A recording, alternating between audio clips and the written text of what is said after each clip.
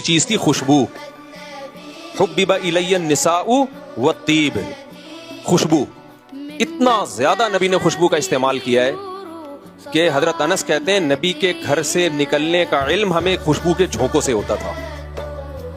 اس نے کہا کہ رسول اکرم صلی اللہ علیہ وسلم کے جسم مبارک سے جو خوشبو پھیلتی تھی اس کی وجہ یہ تھی کہ آپ کثرت سے خوشبو استعمال کرتے تھے۔ یہ معجزہ نہ تھا، جبکہ یہ معجزہ تھا۔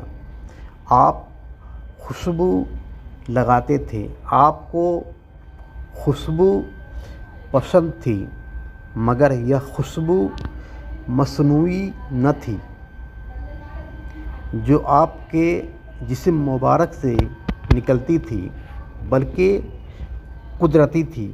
اگر مصنوعی ہوتی تو آپ کے پسینہ مبارک سے خوشبو نہ پھیلتی۔ یہ آپ کا معجزہ تھا۔